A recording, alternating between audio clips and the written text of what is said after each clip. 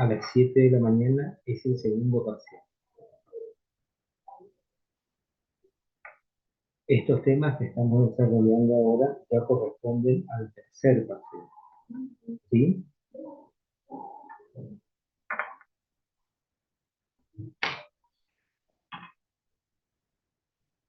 El tema de hoy está referido a las fluxiones perimaxilares. Para entender qué es una fluxión perimaxilar, vamos a ir a lo que la definición dice, que es una acumulación patológica de humores en cualquier órgano y que es, en definitiva, una congestión activa. Si hablamos de congestión activa, quiere decir que es un proceso que se establece luego de la acción de una noxa o un estímulo que está produciendo esa congestión activa. ¿Sí? Y una fluxión perimaxilar es la colección de humores. En este caso nosotros nos referimos a humor del tipo purulento. Ese humor purulento es el que se produce como consecuencia de infecciones, ya sean específicas o inespecíficas, en alguna parte del organismo. Entonces, específicamente nos referiremos a las funciones perimaxilares. Y para ello tenemos que ir a una característica particular de los huesos del sistema estomacal. Ustedes saben, disculpen un momentito, por favor, voy a cortar el audio.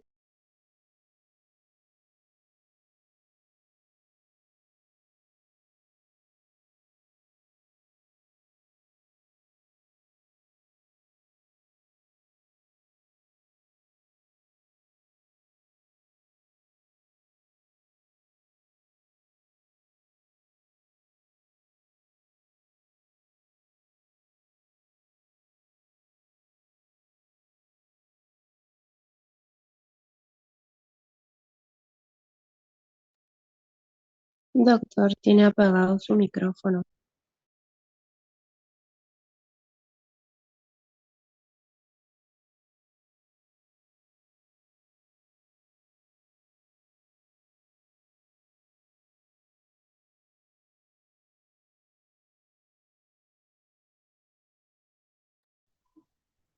Perdón por la interrupción. Bueno, entonces le decía que los huesos de los maxilares difieren del resto de los huesos de la economía porque solamente en los huesos maxilares existen piezas dentarias. El hecho de que existan piezas dentarias, eso nos lleva a la situación de la instalación de procesos inflamatorios e infecciosos, que pueden ser productores de pus. Entre esos procesos inflamatorios e infecciosos tenemos todas aquellas patologías productoras de pus de orden pulpar, todas las patologías productoras de pus de orden periodontal y todas las patologías productoras de pus de orden eruptivo, donde lo que se inflama es el capuchón pericoroniano.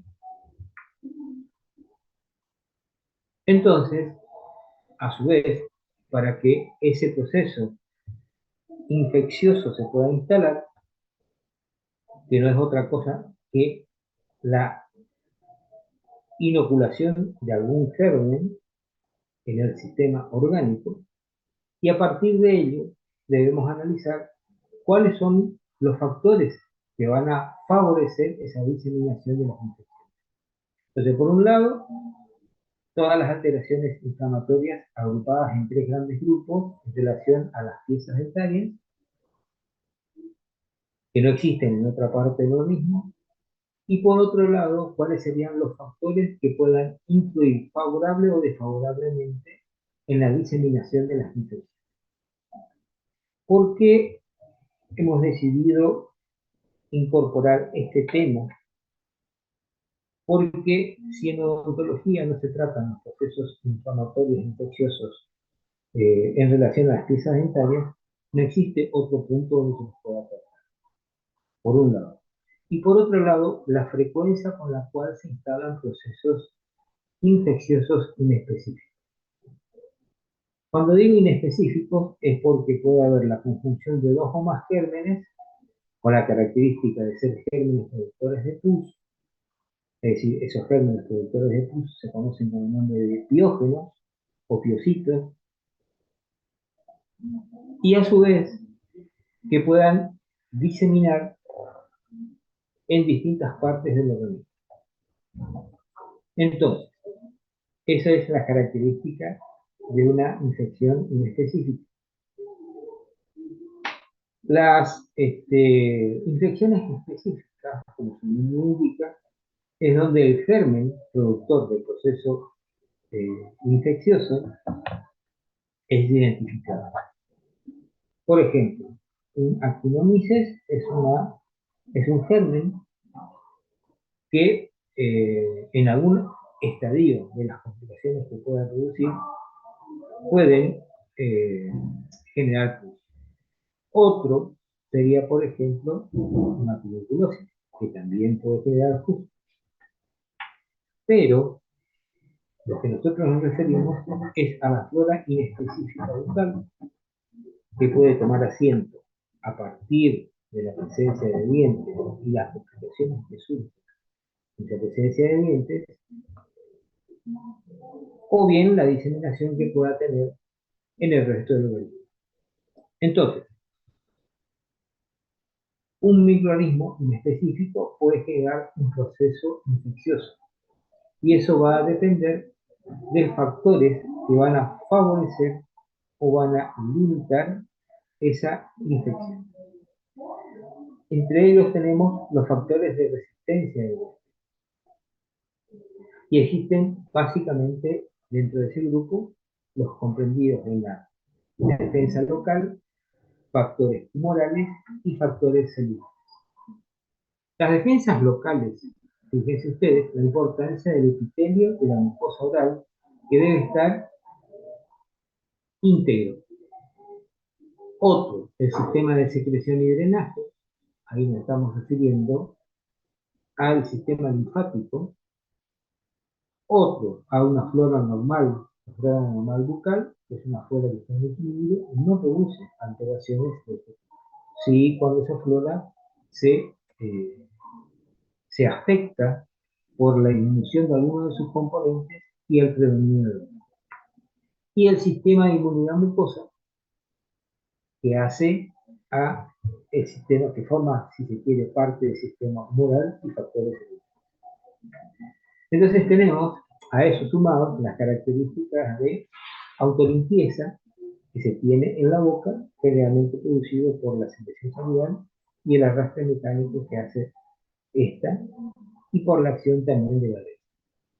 Tenemos factores tumorales, y dentro de los factores tumorales serían todos aquellos contenidos, por ejemplo, tumoral a nivel sanguíneo, a nivel del suelo, donde están sustancias como las inmunoglobulinas, que pueden estar aumentadas o disminuidas o bien afectadas, lo que van a favorecer la instalación de un proceso eh, infeccioso inespecífico.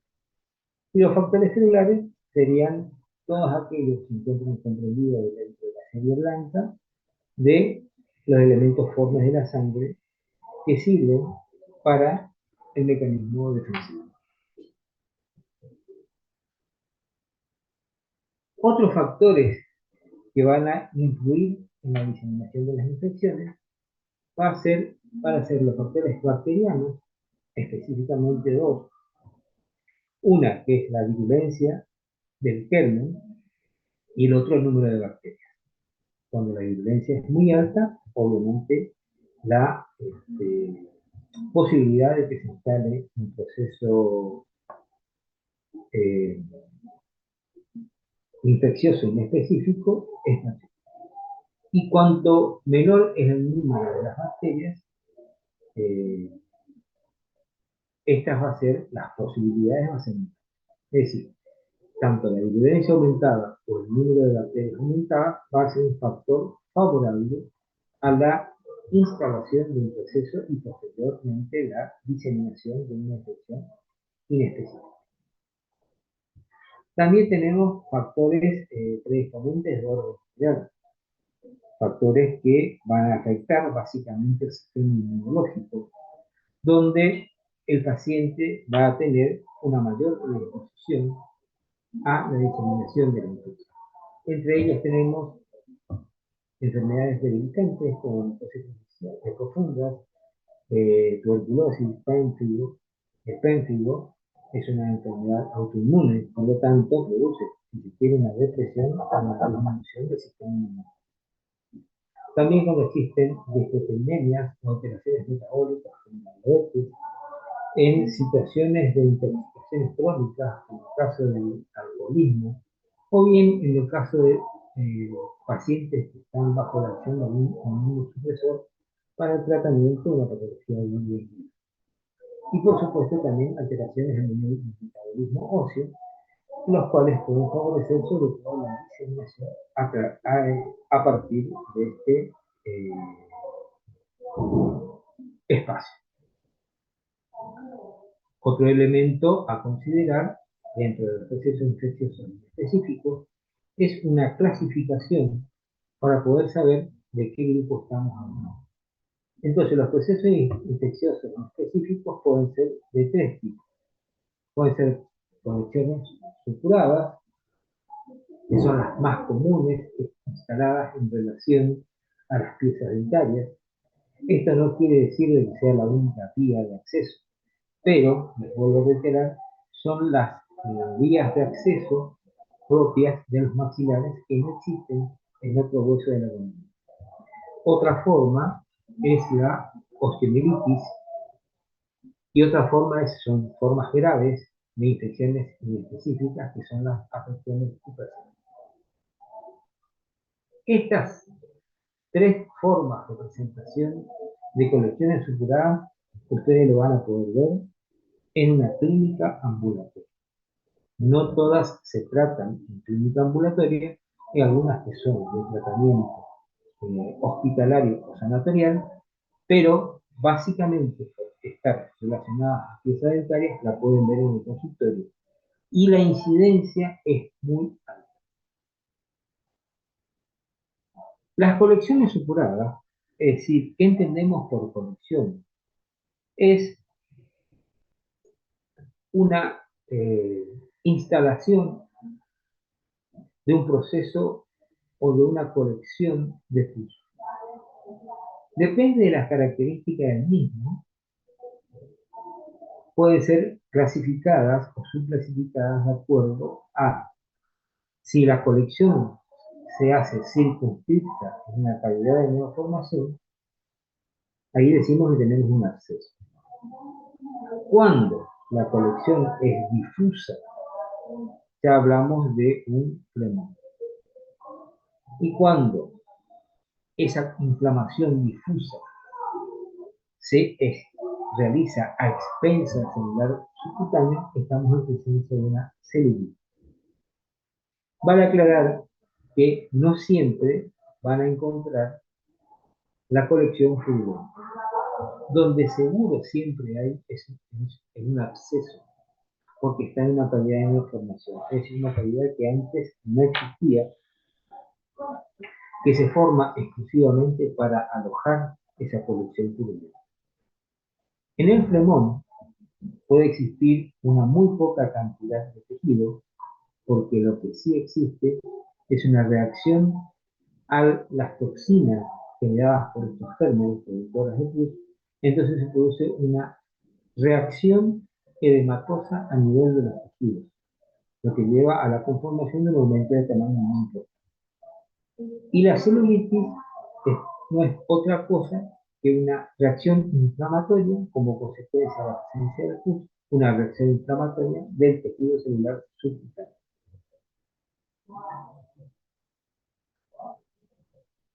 ¿Cuáles van a ser las vías de acceso a las infecciones en esta patología? Y acá viene el punto que anteriormente habíamos hablado. El sistema dentario. ¿Por qué les mencioné el sistema dentario? Porque, les vuelvo a reiterar, solamente existen patologías asociadas a piezas dentales en los maxilares. Y ese es nuestro terreno de trabajo. ¿Cuáles pueden ser básicamente las alteraciones que se dan a nivel del sistema dentario? A partir de procesos infecciosos inespecíficos, como lo son la caries dental, en los trastornos de la erupción y en la enfermedad periódica, que es lo que habíamos hablado al inicio. Podemos sumar una cuarta clasificación en función de los adelantos científicos. En la actualidad es muy común que se instalen implantes para reponer una estructura anatómica constante. Pues bien, el mismo agente productor de una periodontitis puede producir una periimplantitis. Quiere decir que no conforme con la carie dental, los trastornos de erupción y la enfermedad periodontal, debemos sumar la probable infección inespecífica a partir de un implante. No estoy hablando de maniobras técnicas en la instalación de implantes. Estoy hablando de una instalación de una colonización de microorganismos a nivel de la periferia del implante.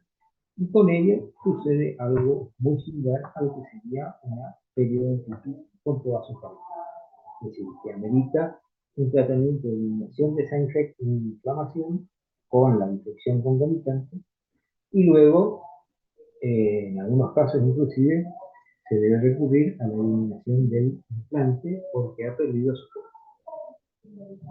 Entonces, en el sistema dentario, lo que más todos conocemos es la caries dental, es la enfermedad periodontal, pero existe un tercero que es poco menos frecuente que el anterior y que están en relación a las piezas dentarias en el estadio de erupción. La erupción se puede dar cuando la erupción se da en niños pequeños, podemos hablar de una foliculitis, porque se inflama el folículo dentario, es decir, se inflama el capuchón pericoronario, y esto lleva a la conformación de piel. Es poco frecuente. Lo que sí es más frecuente es una pericoronaritis. Y la pericoronaritis generalmente se da en los dientes semi-retenidos.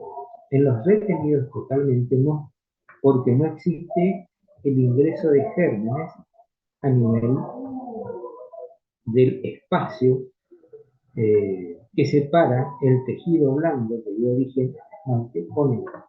Entonces, indefectiblemente tiene que haber una comunicación con calidad bucal para la instalación de este proceso infeccioso inespecífico.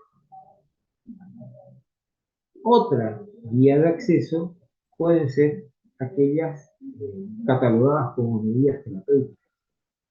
Y las medidas terapéuticas pueden ser iatrogénicas o no iatrogénicas. Se entiende que una medida terapéutica debe ser esencialmente no iatrogénica, pero en algunos casos se transforma en una vía de acceso, por ejemplo, en el caso de las quirúrgicas, cuando no se respetan las normas de bioseguridad, entonces estamos favoreciendo la instalación de un proceso infeccioso. Por ejemplo, en tratamientos ortopédicos o ortodoncísticos, donde los elementos de anclaje para este tratamiento lesionan las mucosas, establecen una brecha y a través de esa brecha ingresan microorganismos. También puede ser en maniobras endodónticas, cuando se supera el límite cemento-dentinario y la instrumentación deja de ser instrumentación para pasar a ser una sobreinstrumentación, pues en esos casos se puede llevar el material séptico que está contenido en el conducto al perianto. Y también pueden ser maniobras protésicas o preprotésicas o en la preparación de lesión. Por ejemplo, una lesión bastante frecuente que se da es la lesión que producen los flancos de las cubetas, que si bien es cierto cada vez se utilizan menos en el camino dentario, pero esas cubetas pueden tener bordes filosos o dislocados que lesionan la mucosa y que a través de esa lesión, que no es otra cosa que una vía de acceso a los gérmenes, los gérmenes acceden y producen el proceso infeccioso. Otras vías de acceso menos frecuentes son los accidentes de la vida civil, laborales, vehiculares con armas, una vía hemática, que esa vía hemática se conoce con el nombre de vía anaporética, que se da cuando los gérmenes acceden al torrente sanguíneo, son transportados por este y se depositan en determinados lugares donde a partir de esa instalación producen el proceso infeccioso inespecífico. Y lo mismo a través de la vía linfática.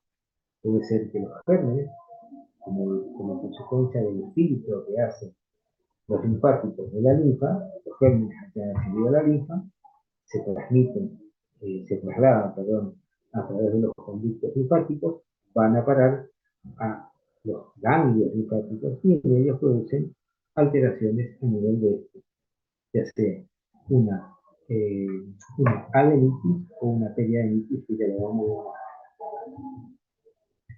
¿Cuáles van a ser, por lo tanto, una vez que está instalado el proceso infeccioso inespecífico?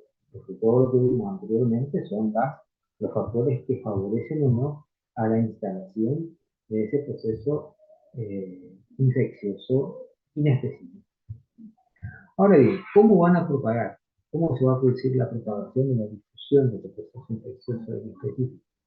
A través de una propagación superiótica, a través de espacios aponeuróticos, a través de una propagación por continuidad o a través de el sistema hemático o el sistema circulatorio linfático. Vamos a ver. Una propagación superióstica quiere decir que indefectiblemente tiene que haber un plano de clivaje. Y en este caso el plano de clivaje sería, el plano de clivaje no es otra cosa que una superficie donde se reúnen dos tejidos de distintas características. Por ejemplo, el plano superióstico, que está entre el periósteo y el hueso, entonces hace que el pus pueda progresar por ese espacio. Otro es a través de los espacios aponeuróticos. Un ejemplo común son los espacios que rodean las aponeurosis de los músculos. Ustedes saben que los músculos están recubiertos por la membrana de tejido conectivo, que no es otra cosa que la membrana aponeurótica de cada uno de los músculos. Entonces, la propagación se puede hacer a expensas de esos espacios aponeuróticos. Luego tiene otra propagación por continuidad. Es cuando esa continuidad se da cuando no existe un límite marcado como un plano de clivaje o como espacio conductor. Esa propagación por continuidad se da esencialmente cuando el proceso infeccioso en específico accede al tejido celular subcutáneo.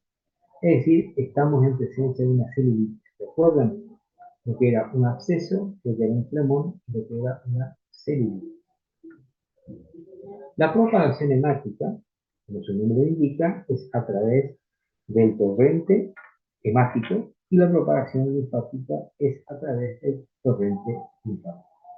La propagación hemática, por ejemplo, puede dar lo que les había mencionado anteriormente, que es una infección anaporética, y la propagación linfática puede dar, por ejemplo, una adenitis o una periadenitis, que sería la infección del ganglio linfático, que específicamente es la periadenitis, es la adenitis, cuando este proceso infeccioso, inflamatorio inespecífico supera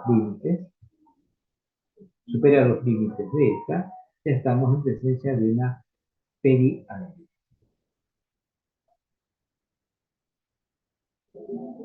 Ahora bien, vamos a tomar como ejemplo una pieza dentaria en la cual se produce un proceso infeccioso inespecífico. Vamos a referirnos a los casos más comunes donde hay un proceso carioso. que permite el acceso de gérmenes del medio bucal a la cámara pulpar y a los conductos, y a través de ella se van a producir todo un proceso, todo un progreso del proceso infeccioso.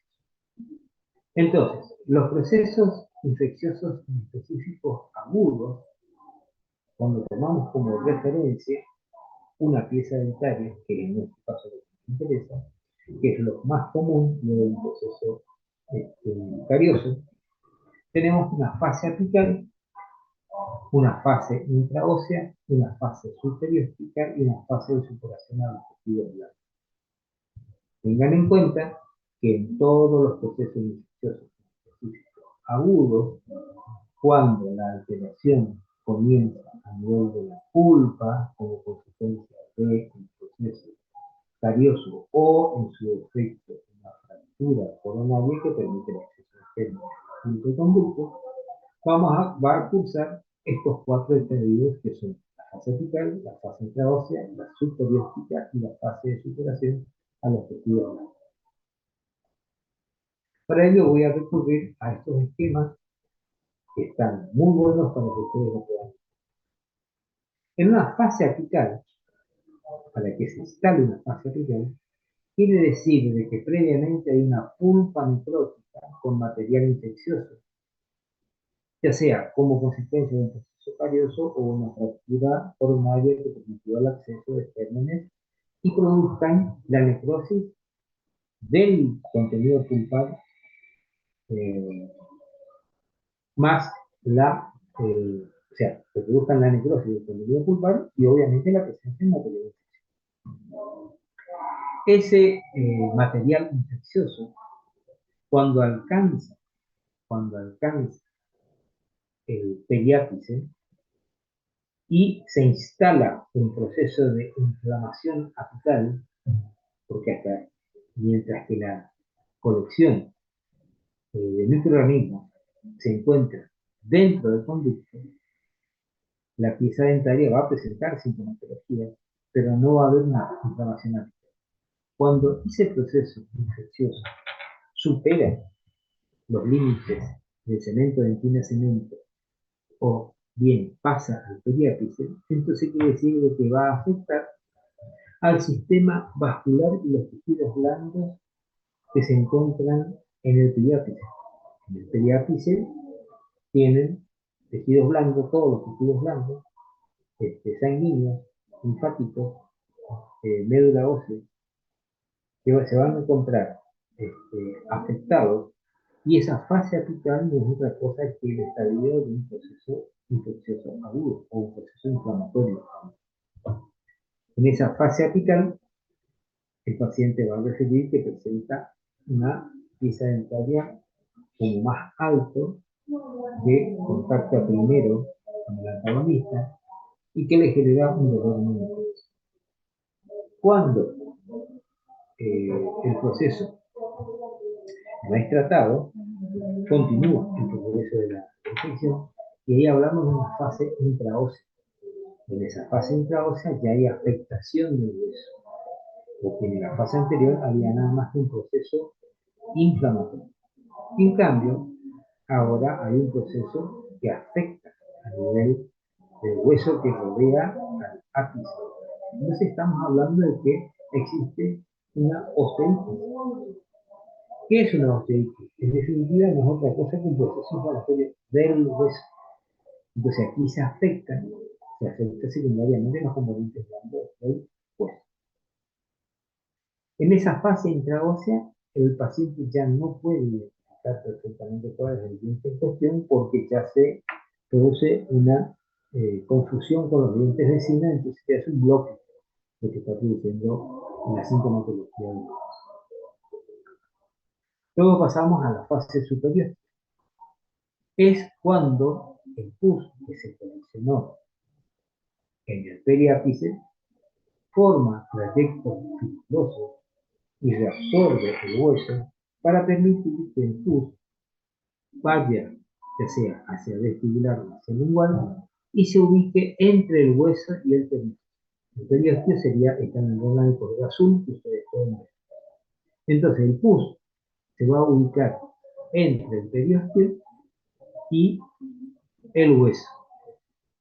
Como el periósteo es muy sensible, va a generar un dolor muy intenso, va a generar aumento de tamaño, va a generar un edema muy importante en el sector y una sintomatología dolorosa muy alta. Fíjense ustedes que en este caso, en este esquema, hablamos ya y nos estamos adelantando a otra condición que es la vía por las cuales esta colección purulenta va a producir. Luego, cuando la colección purulenta vence la resistencia del periósteo, vuelca su contenido al celular subcutáneo que se encuentra inmediatamente por fuera de él. Eso se conoce como fase de supuración de los tejidos blancos, donde el edema es mayor, pero como consecuencia de la ruptura del periósteo para el pasaje del pus, se produce una disminución de la sensibilidad dolorosa, porque el pus deja de estar a presión, como anteriormente estaba bajo la acción del periósteo.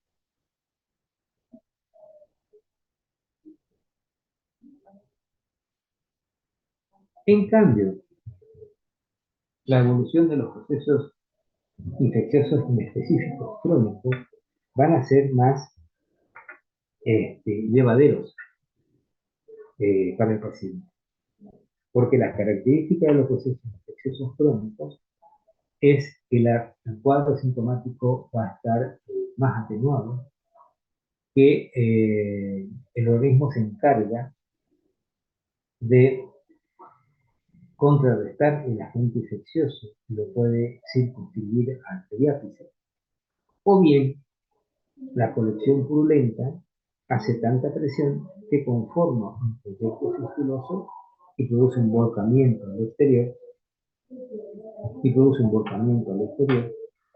y con eso una disminución de la sintomatología dolorosa del paciente. Acá ustedes pueden ver, este es el caso de una lesión osteítica a nivel de los periápices del molar inferior, que se encuentra afectado por un proceso cardioso muy importante, que llevó a la mortificación del contenido pulpar y del conducto. Esta lesión radiopaca se produce como consecuencia de la reabsorción de los elementos minerales por la acción de la colección purulenta que se da a nivel del periápice. Esa colección purulenta, al volverse crónica y a superar los límites de los tejidos, produce ya este estadio de deformación de la cara del paciente. Y fíjense ustedes, en este caso, se conformaron dos trayectos fistulosos, una fístula mucosa y una fístula cutánea, con lo cual el proceso sintomático se dio de modo importante, pero el proceso infeccioso continuó, porque ya el pus dejó de ejercer presión sobre la paciente. En estos casos, el tratamiento indicado es directamente la eliminación del pus, porque las piezas dentarias se transforman como focos sépticos que sostienen ese proceso infeccioso. Ahora bien, esa colección purulenta va a progresar, y va a progresar en la función de que exista mayor o menor resistencia de los tejidos vecinos. Para la progresión de esas colecciones purulentas, podemos hablar de vías de menor resistencia. Es decir, para que progrese una colección purulenta tiene que haber una vía de menor resistencia. Si existen vías de resistencia, no existe por lo tanto la palabra vía, quiere decir que existe solamente la resistencia. Y la resistencia va a circunscribir, va a impedir que el proceso infeccioso pueda difundir.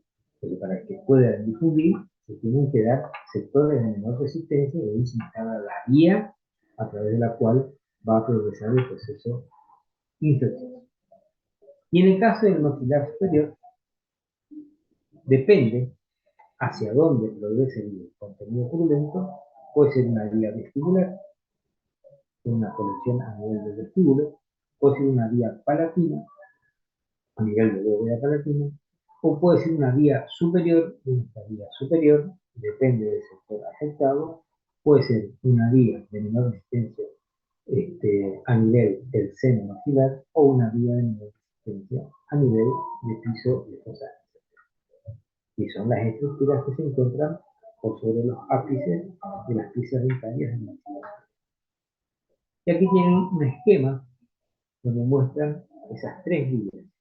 Una vía vestibular, obviamente todos los casos de periátrice, de pieza en mal estado, produce la diseminación superióstica, se rompe el periósteo, vuelve al contenido del vaso subcutáneo y allí se establece la vía, que no sería otra cosa que en algunos casos una vía de botamiento al exterior, y ahí estamos hablando de un proceso físico, o una vía palatina, colección en boda palatina, o una vía superior que va a volcar su contenido hacia el seno maxilar, y cuando la colección purulenta se vuelca en el espacio del seno maxilar, previa ruptura de la mucosa que reviste el seno maxilar, estamos hablando de un proceso de una colección purulenta en el seno maxilar conocida con el nombre de empiema. En el caso del maxilar inferior, las vías de menor resistencia también van a estar determinadas por una clasificación de las que van hacia el vestibular, las que van hacia el lingual y las que van hacia una vía inferior, momentoniana o submaxilar. En el caso del maxilar inferior, tenemos que sumar estructuras musculares que van a determinar distintos tipos de celdas, y en esas celdas van a ser donde se va a ubicar la colección purulenta. Así tenemos, por ejemplo, que si la colección va hacia el vestibular, esa colección puede volcarse desde el maxilar al exterior del maxilar por sobre la inserción inferior del músculo buccinador. Entonces vamos a decir de que nuestra colección va a ser suprabuccinador. O bien, si la colección se hace por debajo del buccinador, va a ser una colección infrabuccinador. ¿Hay diferencias entre las dos? Sí, hay diferencias sustanciales clínicamente, porque la suprabucinatriz va a tener muy poca manifestación extravagal, a diferencia de la infrabucinatriz, donde sí existe una deformación facial importante. Si la vía que sigue el proceso infeccioso es lingual, va a estar el espacio lingual va a estar a su vez subdividido en dos celdas. Una celda supramiloidea y una celda inframiloidea por la inserción del músculo que así lo determina, que es el músculo miloideo. Entonces, si la vía lingual está coleccionando por sobre el miloideo, la manifestación bucal se va a realizar esencialmente en piso de boca, y si es inframiloidea, la manifestación de la colección purulenta más importante va a ser esta otra. Luego tenemos una inferior o submaxilar o submentoniana, y en el sector anterior, donde la colección no tiene manifestaciones instagrables, sí tiene muchas en la parte inferior del mano. Bueno, recurrimos nuevamente al ejemplo. Tenemos una suprabucinatriz cuando se inserta por sobre el bucinador, una infrabucinatriz cuando la colección está por debajo del bucinador. Si está por arriba del bucinador, la manifestación es más bucal. Si está por debajo del bucinador, la manifestación es más de tipo externo o exógeno. En el caso de la vía lingual, puede ser supramiloidea cuando está por sobre el miloideo o inframiloidea cuando está por debajo del miloideo. Esto guarda relación, por supuesto, a las piezas dentarias, porque no en todos los casos, o sea, la inserción del músculo buccinador y del músculo miloideo no es en una horizontal. Son generalmente planos inclinados, depende también de la altitud y del desarrollo de la altitud de las piezas dentarias y de la resistencia en función de la ubicación de las piezas dentarias en relación. Y por último tenemos una vía inferior. En esa vía inferior se tiene que la conexión se hace sobre el borde basilar del maxilar inferior y ello puede llevar a una manifestación externa muy Doctor, importante. disculpe que le Ese, interrumpa, tiene sí, mucho ruido de fondo y no se lo entiende muy bien. me aguarden un momentito, por favor.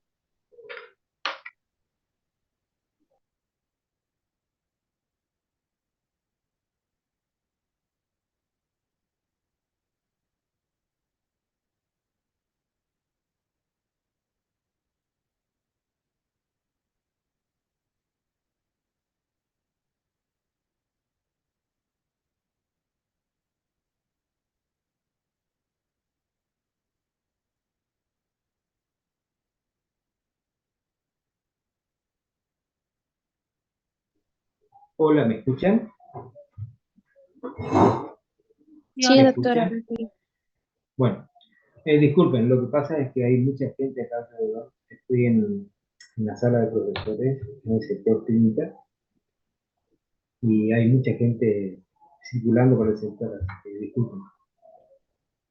Eh, bueno, les decía que de acuerdo a la vía de menor resistencia, va a ser la vía por la cual eh, los tejidos van a ofrecer mayor o menor resistencia, perdón, a la difusión de la conexión sutural. Voy a probar colocándome un micrófono, a ver si con eso mejoramos la situación.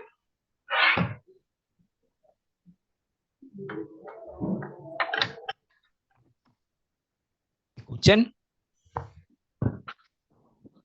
¿Me escuchan? Sí, Sí, ahora sí se profe. lo escucha bien. ¿Se escucha mejor? Sí, sí. Cualquier cosa me avisan, por favor. Bien, entonces, esta es la forma como van a difundir las correcciones, tanto en el maxilar superior como en el maxilar inferior. Tengan en cuenta que estos procesos inflamatorios van acompañados de un aumento de tamaño, van acompañados de una variación del color, van acompañados de una sintomatología dolorosa y van acompañados de un aumento de la temperatura en el sector. Es decir, se dan los 4 signos cardinales de Celso, que es rubor, el cambio de color hacia el rojizo, calor, por el aumento de la vascularización, tumor, por la instalación de un proceso edematoso, y dolor como consecuencia de la afectación de las terminaciones nerviosas sensitivas del sector, ya sea por el mismo edema o por la secreción de sustancias tóxicas provenientes de los gérmenes que están invadiendo el sector. A eso, por supuesto, le sumamos un quinto componente, que es la alteración funcional concomitante. Es decir, el paciente, además de darse todos los signos de Celso, tiene una disminución de las funciones en el sector. Es decir, no puede hablar con la comodidad habitual, no puede comer con la, no puede masticar con la comodidad habitual, etc. Es decir, todas las funciones bucales se ven afectadas y disminuidas. ¿Recuerdan de que habíamos hablado de distintos tipos de colecciones purulentas? Cuando la colección purulenta se centra en un ganglio linfático, estamos hablando de un adenoflemón. ¿Cuándo se da un adenoflemón? Pues bien, para que esto se produzca, necesitamos que la colección eh, de microorganismos inespecíficos acceda al torrente linfático. En el torrente linfático se tiene estadios intermedios como estaciones donde se produce el filtrado de la linfa, que es en el ganglio linfático. Si ese filtrado es efectivo y si el ganglio linfático no tiene la suficiente capacidad para anular los gérmenes, se instala un proceso inflamatorio en el ganglio conocido como adenitis. Si la virulencia del germen supera la capacidad defensiva o bloqueadora del ganglio linfático, se va a producir ya la superación de la capacidad defensiva de ese ganglio y se va a producir una adenitis, es decir, se va a producir una instalación de los gérmenes inespecíficos a nivel del ganglio. Y eso tiene una traducción clínica porque se produce un aumento de tamaño y el paciente refiere, generalmente el ganglio más afectado es el ganglio subángulo-mandibular, que es hacia donde colecciona todo el sistema linfático. Ese ganglio también es conocido como ganglio de Chasseñac y va a tener manifestaciones dolorosas, aumento de tamaño y limitaciones de la función. Cuando el proceso purulento supera los límites del ganglio, que tiene una cápsula que la envuelve, entonces en esos casos el ganglio se rompe la envoltura capsular que posee y esa salida del pus es lo que va ya a instalar una periadenitis, es decir, va a haber una colección purulenta e inflamatoria que supera los límites del ganglio y hace de que se produzca un empastamiento edematoso y purulento en los tejidos y en el celular subcutáneo que rodea a ese ganglio, pudiendo transformarse, pudiendo instalarse a partir de esa periadenitis un trayecto fistuloso, que es un trayecto de resistencia para el volcamiento de la colección purulenta al exterior. ¿Cómo va a realizarse el tratamiento en un consultorio odontológico? Como primera medida debemos controlar la propagación. Si viene un paciente con una lesión periapical o apical, vamos a tratar de eliminar la causa que la produce, es decir, eliminar la colección infecciosa que está a nivel de cámara pulpar y conductos. Entonces, con eso vamos a hacer un control de la propagación. Ahora bien, si el material purulento ya accedió a la zona del periápice, entonces se debe hacer un drenaje del material supurado.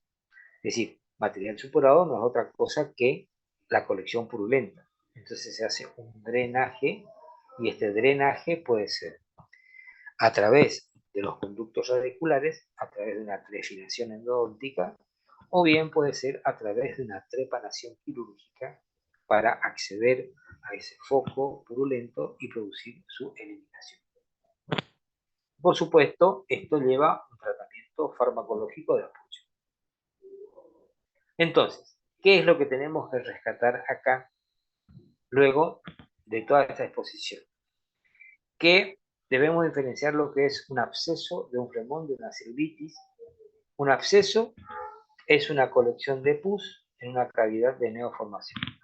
Quiere decir que antes de que se forme el pus, esa cavidad no existía. Por eso se llama neoformación, una cavidad de neoformación, una cavidad de nueva formación para alojar el pus. A diferencia de un flemón, donde la colección ya no es circunscrita, es difusa, está difundido por el tejido, está difundido en el tejido conectivo, ya sea subcutáneo o subaponeurótico. Entonces se difunde y se produce un edema importante y la cantidad del pus puede estar marcada o no. Y por último tenemos la celulitis, que no es otra cosa que una inflamación difusa del celular subcutáneo por acción, mejor dicho, una inflamación difusa por reacción a las toxinas generadas por los gérmenes infectantes en el lugar. Después existen otras denominaciones muy particulares, que una de ellas la mencioné, que es cuando se produce la colección de pus en una cavidad del seno maxilar, que es una cavidad ya formada, y esa colección de pus se conoce con el nombre de empiema. Y tenemos cuando la colección del pus es a nivel de encía, está circunscrita a la encía, ese tipo de colección se conoce como parulio. ¿Hasta acá se entendió? ¿Me escuchan? Sí, doctor, se entendió. Bueno, estas son los procesos infecciosos inespecíficos más comunes, es decir, el procedimiento más común que se da en los maxilares. Esto es de consulta diaria, porque les vuelvo a repetir, o está en relación a una mortificación pulpar, o está en relación a un proceso carioso, o está en relación a una pericoronaritis, o está en relación a una alteración periodontal. Pero cuando estos procesos infecciosos progresan, tenemos cuadros infecciosos inespecíficos mucho más importantes y en algunos casos pueden comprometer la vida del paciente. Así tenemos que existen otros procesos infecciosos que se conocen con el nombre de osteomielitis.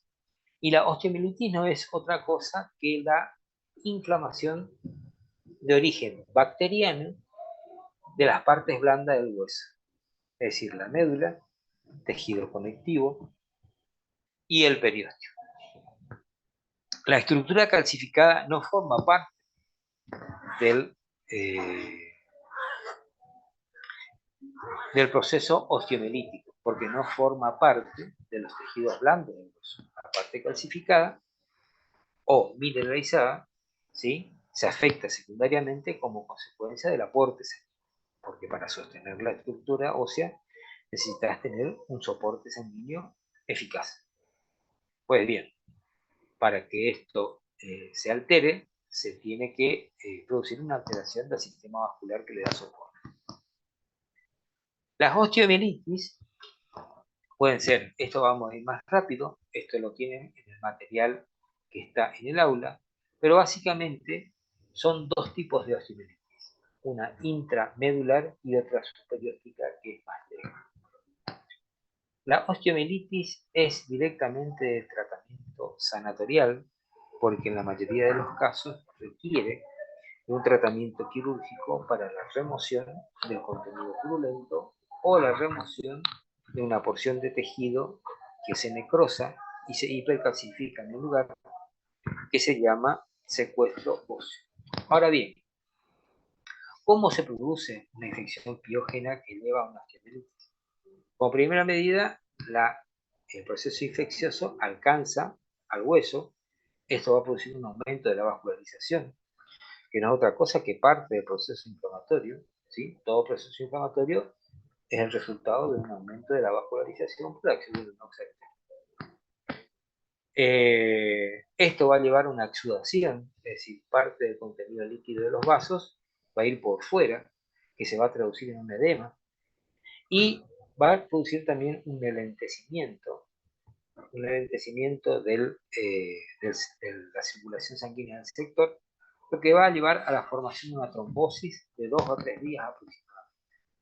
Esa trombosis nos lleva a una obliteración vascular, es decir, deja de haber circulación a nivel de los vasos, y ese aumento va a llevar a un aumento, y esa obliteración vascular va a llevar a un aumento de la presión intramedular, que es muy importante porque es ella el elemento productor y sostenedor de la sangre. Ese aumento de la presión intramedular va a llevar a una isquemia y como consecuencia de la isquemia se va a producir la necrosis, es decir, la muerte de todos los componentes blandos del hueso. Que recuerdan ustedes cuáles son los componentes blandos del hueso.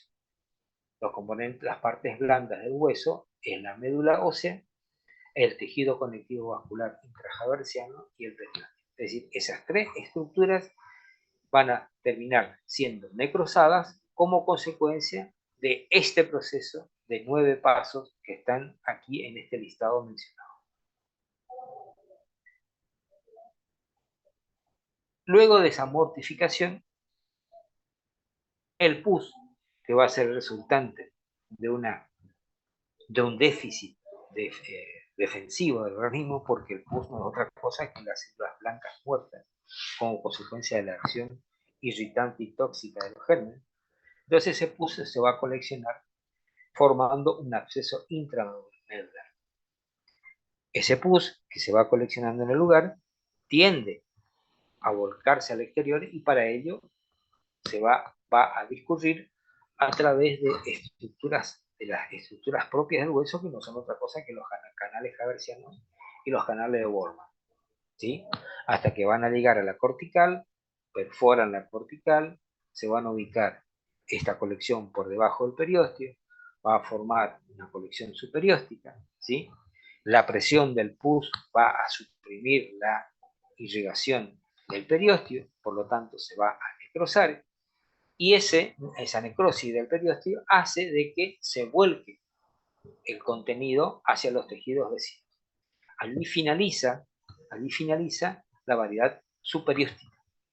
Ahora, si la colección purulenta no tiene la suficiente potencia como para perforar el periósteo, el mismo periósteo empuja a la colección purulenta hacia el interior del hueso y estamos en presencia de la segunda variante de osteomielitis, que es la variante intramedular. Es decir, el pus se colecciona entre los canales haversianos y los canales de Wolman.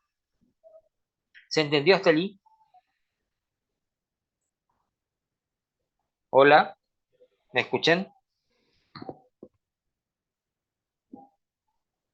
¿Me Sí, escuchan? Bueno, entonces, de acuerdo al tiempo en el cual se instala, podemos tener que la osteomielitis pueden ser agudas y crónicas. Y de acuerdo a la forma como progresan, puede ser una osteomielitis con una variedad intramedular, que es aquella donde se hace un volcamiento hacia el exterior, y una variedad superior. Esto es de tratamiento en la mayoría de los casos sanatorial o hospitalario. ¿Cómo se va a presentar una osteomielitis? Se va a presentar generalmente con escalofrío, postración, anorexia y en algunos casos de delirio. A nivel local, y si es de origen dentario, vamos a poder determinar cuál es la pieza dentaria que está afectada, porque va a haber movilidad dentaria. Va a haber movilidad del diente o de los dientes que se encuentran afectados. Como la colección purulenta es importante, va a haber volcamiento del pus a través de el espacio periodontal. Todo, por supuesto, va acompañado de anopatías dolorosas y se van a formar abscesos, se pueden formar abscesos supra y subperiósticos. Si el proceso continúa, puede producirse también compromiso del seno maxilar con colección a nivel del seno maxilar, o pueden afectar otras alteraciones produciendo trismo, ¿sí? Esencialmente. A nivel sintomático, el dolor va a ser constante, intenso, terebrante, quiere decir como si estuviera aplicando un taladro en el sector, irradiado porque va a dirigirse hacia otros sectores, y va a producirse un aumento de tamaño, es decir, una tumefacción que, por estar el pus bajo presión, va a ser una tumefacción dura a nivel facial o a nivel cervical. En el caso de la osteomielitis supurada, ustedes pueden ver acá esta imagen amarillenta. Esta imagen amarillenta no es otra cosa que el orificio de salida por donde vuelca su contenido hacia el exterior. Y lo que están viendo en esta imagen amarillenta no es pus, sino es una porción de tejido óseo que se necrosó. La estructura ósea es la que se necrosó, el tejido, la parte blanda que conforma el hueso, y se está eliminando esa porción necrótica. Fíjense que dice que el drenaje se va a producir en forma espontánea o por medio de maniobras quirúrgicas, que es lo que habíamos hablado anteriormente. Esto radiográficamente se puede ver bajo estos dos aspectos, ¿sí? Acá ustedes tienen una imagen donde hay una pérdida ósea, una zona radiolúcida, y existe en el interior una imagen radiopaca. Esa imagen radiopaca no es otra cosa que el hueso necrosado que está más calcificado y que el organismo se encarga de calcificarlo en demasía para tratar de controlar el proceso infeccioso. En esta imagen a la derecha se puede ver la zona radiopaca y la zona de mayor calcificación, que es la porción del hueso que se necrosa posteriormente. El tratamiento medicamentoso básicamente en función de antibióticos, pero existen algunas formulaciones, combinaciones que son efectivas, pero básicamente el tratamiento medicamentoso es un coadyuvante de una maniobra quirúrgica de eliminación de estos elementos. El tratamiento quirúrgico va a consistir en la eliminación de la causa, es decir, se elimina el diente causal, si es que así fuere. Se va a producir una decorticación. Una decorticación no es otra cosa que la eliminación de la cortical vestibular o palatina, en el supuesto de que tenga más proximidad a este.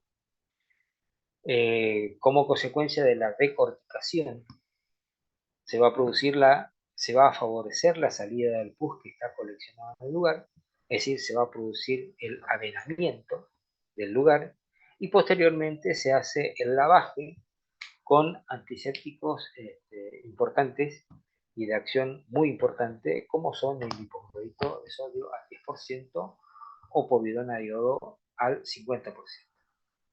Fíjense ustedes que el tratamiento quirúrgico es básicamente esencial en estos casos.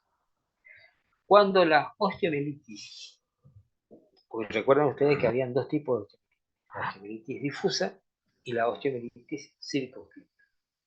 Cuando la osteomielitis es circunscripta, es lo que Grispan denomina osteitis, que son formas más leves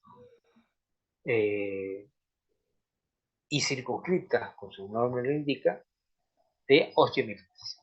Ustedes pueden decir que hay una osteomielitis localizada. Sí, perfecto, hay una osteomielitis, pero en estos casos se denominan osteitis. Y de acuerdo a las características clínicas, a qué sector abarca, esas formas clínicas pueden ser alveolares cuando se limitan a los procesos alveolares sanitarias, antrales cuando afecta al seno maxilar y en algunos casos también a fosas nasales, y corticales cuando el proceso y la colección purulenta ya toma las corticales tanto del maxilar superior como del maxilar inferior.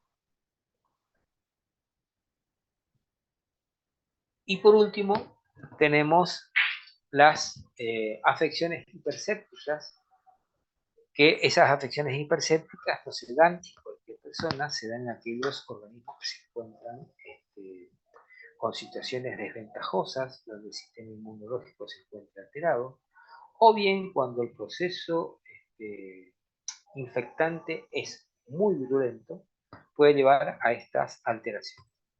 Las enfermedades que se dan como consecuencia de una colección purulenta, estas afecciones hipersépticas pueden ser de distintos tipos.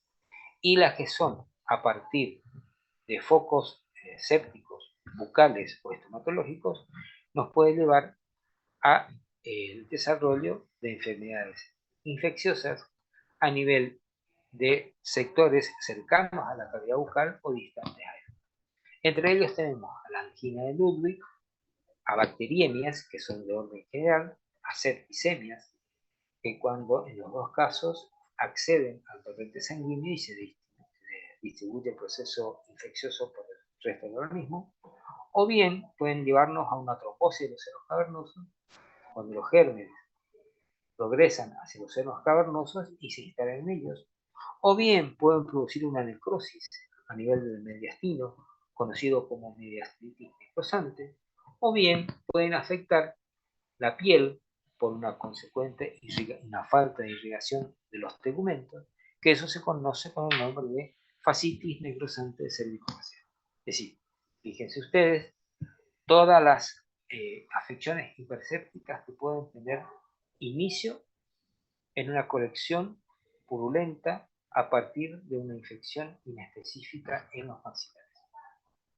Por lo tanto, cuando ustedes están en presencia de esa colección purulenta, lo importante es diagnosticar correctamente y realizar una anulación efectiva del agente causal o una eliminación del foco infeccioso.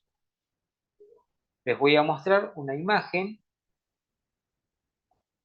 de la angina de Ludwig, que es algo muy común que se instale, es decir, como consecuencia grave de una afección en boca. Esta angina de Ludwig, quien la describió fue Ludwig, y en su momento, cuando lo describió hace muchísimos años, él pensaba que era una alteración anginosa, de ahí el nombre de angina. Pero en realidad no tiene nada que ver con una angina, ¿sí? Es una colección purulenta que se da en el piso de boca. De ahí los otros nombres que puedan recibir: flemón supraioideo, flemón difuso, flemón impercéptico, flemón gangrenoso, flemón de Gensul, etc. Básicamente, ¿qué es una angina de Ludwig? La angina de Ludwig es cuando el proceso de la colección purulenta toma todos los espacios del piso de boca y afecta a los espacios submaxilar, submental y sublingual. Fíjense en este esquema donde se produce la colección de pus por sobre el miloideo, que empuja la lengua hacia arriba, y también por debajo del miloideo en ambos lados, derecho e izquierdo, lo que produce una protrusión del piso de boca hacia los tegumentos con un cambio de coloración. Esto tiene una evidencia clínica de esta manera, ¿sí? El paciente tiene aumentado todo el tejido que se encuentra por debajo del maxilar. Es decir, está comprendido en este caso los espacios submentales y submaxilar, ¿sí? Y imagenológicamente ustedes pueden ver aquí en este puntito la colección purulenta que se da inmediatamente por debajo del miloideo. Bien, ¿se entendió hasta acá? Hola.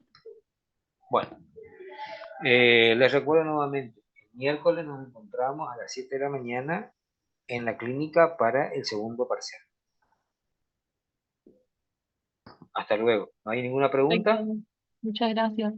Bueno, hasta luego.